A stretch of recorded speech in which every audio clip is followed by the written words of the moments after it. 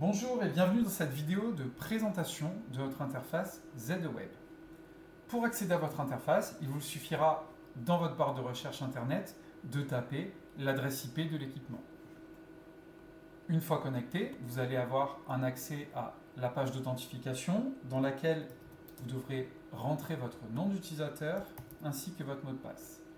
Donc, à savoir que nous avons 3 niveaux d'utilisation avec des restrictions en fonction de chaque niveau. Une fois que vous avez tapé votre mot de passe, vous allez cliquer sur Entrée et accéder directement à votre interface. Comme vous pouvez le voir sur l'écran, en un coup d'œil, nous avons l'ensemble des informations des équipements connectés à votre unité centrale. Vous savez qui est actuellement en train de chauffer, qui ne l'est pas. Vous avez l'information de la température mesurée dans chacune des pièces, ainsi que de l'humidité ou du taux de CO2. Si nous voulons accéder aux informations plus précises pour chacune des pièces, on clique sur une carte, et là, on a accès à la température de consigne, que vous pouvez modifier directement en tapant sur Entrée. Vous avez, s'il s'agit d'un système sans fil, pour la sonde d'ambiance, le niveau de la pile ainsi que l'état du signal radio. Vous avez également le pourcentage d'ouverture de vanne, donc là, fermé, et le graphique journalier que vous pouvez exporter en PDF ou en JPEG. Allons voir une deuxième pièce où nous avons accès actuellement à une pièce qui est en train de chauffer, comme nous pouvons voir sur le graphique, sur le pourcentage d'ouverture, ainsi que sur le logo de chauffe dans la carte principale. Nous avons également une information supplémentaire, parce que dans cette pièce, nous sommes sur un moteur sans fil, donc il nous est indiqué l'état de la pile, ainsi que l'état du signal radio. Donc vous pouvez faire ça pour chacune de vos pièces. Autre fonctionnalité importante, la possibilité de faire des programmes horaires sur l'unité centrale. Donc nous avons 30 horloges, donc 30 scénarios possibles par centrale. On va cliquer sur un premier scénario.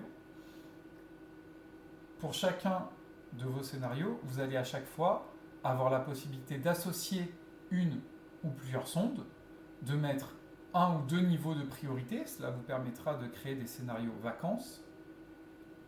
Et pour chaque jour de la semaine, vous allez pouvoir à chaque fois choisir votre température de confort.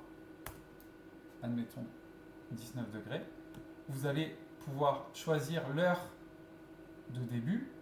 Donc, à savoir que le système est équipé de l'optimisation de relance. Donc, il va mettre lui-même en route le système afin de respecter la température souhaitée à l'heure souhaitée. Donc ici, nous allons revenir sur 8h30 et 20 degrés comme initialement.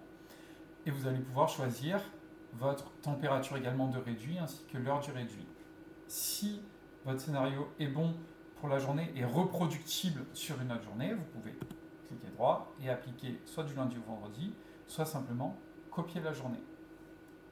Dans le cas où vous avez des vacances, vous allez simplement venir choisir un calendrier ici que vous associerez à un niveau de priorité.